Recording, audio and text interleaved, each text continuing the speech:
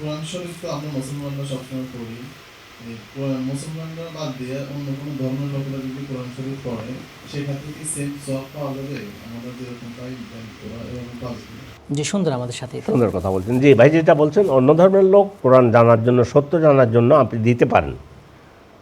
কোরআন তার সরাসরি কোরআন যদি কথার কথায় বাংলা থাকে তাহলে তাকে দিলেন, অথবা ইংরেজিতে দিলেন অনুবাদ। হ্যাঁ, আর যদি আপনি এটাও দেন সরাসরি মুসাহাফ, যেটা কেন মুসাহাফ তো নাপাক অবস্থায় ধরা জায়েজ নেই, তো এর ব্যাপার তারপরেও অমুসলিম হলে অমুসলিমের জন্য ধরা যায়। এই জন্য দেখি না সেই দিনটা আমাদের দিন বুঝে ইসলাম গ্রহণ করে কিনা। তো কথার কথা সে আরবিতে জানে না, আমি বাংলা একটা তাফসির দিলাম, তাফসিরের মধ্যে কোরআনও আছে, তো পড়ার কারণে কিন্তু সওয়াব হবে না। সওয়াব হওয়ার জন্য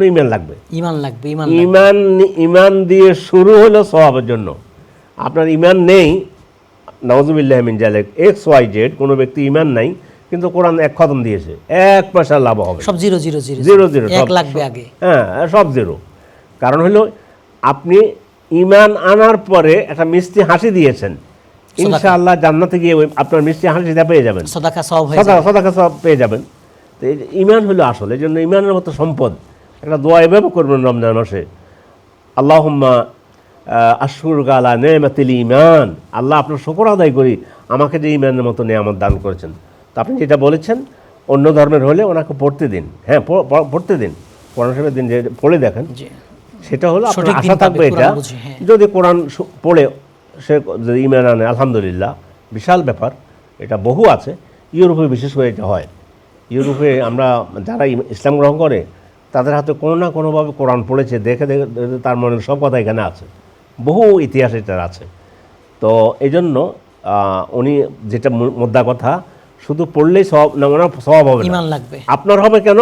আপনার ঈমান আছে, এই জন্য আপনি যা পড়তেছেন ওটা সওয়াব হয়ে যাবে। সেটা আমার একটা কথা মনে হয়ে গেল, ওই যে আমরা যে সিয়ামের শাস্তির কথা বলছিলাম, যেটা না রাখলে ইচ্ছা করে, ওই যে সহিহ ইবনে হিব্বানের মধ্যে আসছে, ওই যে একটা মানুষ রসুল দেখলেন স্বপ্নের মধ্যে উল্টো করে বেঁধে রাখা হয়েছে এবং মুখ চিরে ফেলা হচ্ছে, রক্ত বের হচ্ছে, যার ওই ইফতারের সময়ের আগেই রোজা ভেঙে ফেলেছে।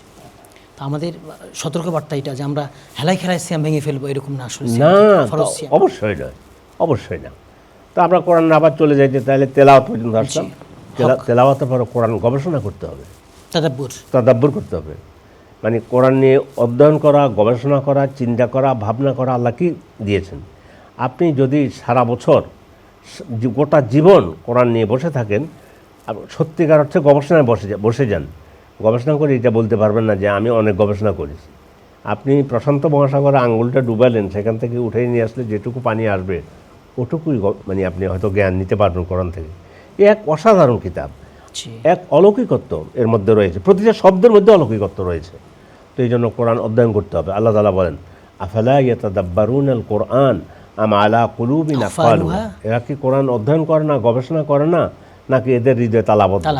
তাহলে এখানে ওই ব্যক্তি ভাইদেরকে বলতেছি যারা বলে কোরআন না বুঝে পড়লে সওয়াব হবে না, তাদের উত্তরটা এখানে দিলাম। আপনি বলতেছেন বুঝে পড়ার জন্য, তা আপনার সহজ পথে যে আসতে, এই আয়াতে নিয়ে আপনি বলেন যে কোরআন বুঝে পড়তে হবে এবং বুঝে পড়লে আরো বেশি সওয়াব হবে, এটা বলতে পারেন আপনি। সাহাবায়ে কেরাম রাসূল থেকে 10 আয়াত নিতেন, বলেন কুন্না লা নাতাজাওয়াজ আন 10 আয়াতিন হাত্তা নালামা মা ফিহা মিনাল ইলমি ওয়াল আমালি।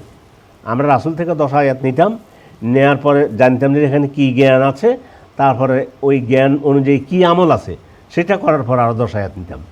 তো সেই হিসাবে আপনি কোরআনের হক, হ্যাঁ, কোরআনের হক আদায় করার জন্য আপনি তেলাওয়াত করবেন। তেলাওয়াত করলে যেহেতু রাসূল বলেছে সওয়াব হবে, সেই জন্য আমি কেন এখানে বলবো যে না বুঝে পড়লে সওয়াব হবে না। তো এখানে রাসূল বলছে লা আকুলু আলিফ লাম মিম, তা আলিফ লাম মিমের অর্থ তো কেউ জানে না, এটা তো প্রত্যেক সারা পৃথিবীর সমস্ত মুফাসসির আল্লাহ তাআলা জানেন। এইটা বললে এইটা আলিফ লাম মিম সাদ, এটার পরে লেখে আলিফ লাম মিম সাদ, আল্লাহু আ'লামু বিমুরাদি, আল্লাহ এটার অর্থ জানেন।